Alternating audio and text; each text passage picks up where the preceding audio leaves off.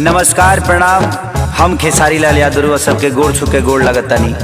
अपना देश में अजीब सिस्टम हो गई आज के डेट में, चाहे वो महाराष्ट्र होके, बिहार होके, यूपी होके, चाहे कोनो राज्य होके, मंदिर के गेट ना खोली लेकिन रैली टाइम से निकल जाता। बताई ब्यास लोग के प्रोग्राम के परमिशन नहीं खे, लेकिन ये लोग के हल्का कह जाला बाबू नॉमिनेशन टाइम से हो जाता। का सिस्टम आ गई बा बताई। हमनी के माई के पूजा करे खातिर भी सरकार से परमिशन लेके पूजे के पड़ी। अब बताई के खिसियाई कि ना खिसियाई करे ब्यास देवी की तो पंडाल ने खस लागे दे तो खिसियाई ना होई है कन्फ्यूज माई देखी के इंदरा संग मतिया बमराइल जे बैठल प्रशासन। दबी मैया जिंदाबाद जिंदाबाद जिंदाबाद होई है कन्फ्यूज माई देखी के इंदरा संग मतिया बमराइल जे बैठल प्रशासन।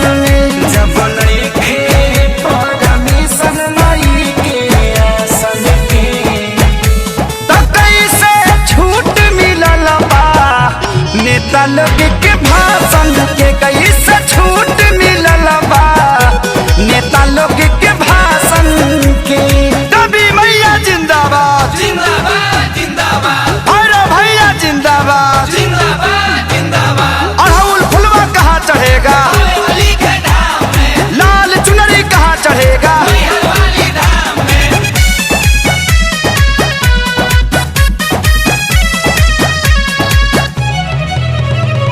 रैली में भरल लोगवा से कोना कोना पूजा में जुटबो तो हो जाई कोरोना। भांग खा के कानून बनावत रहलो। रैली में भरल लोगवा से कोना कोना पूजा में जे जुटबो तो हो जाई कोरोना। परिभाषा होवे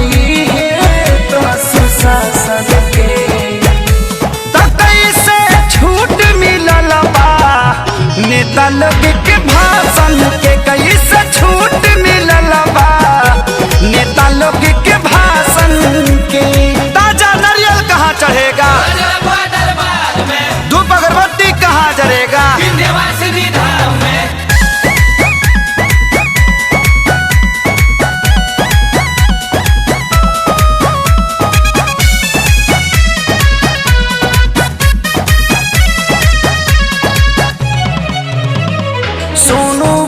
से बाना से पलो गवा लागल यादव राज कुंदन सरकार भइल बा पागल।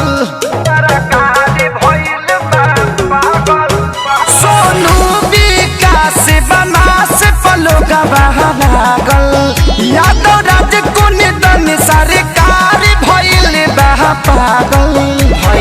दुनिया बाके सारी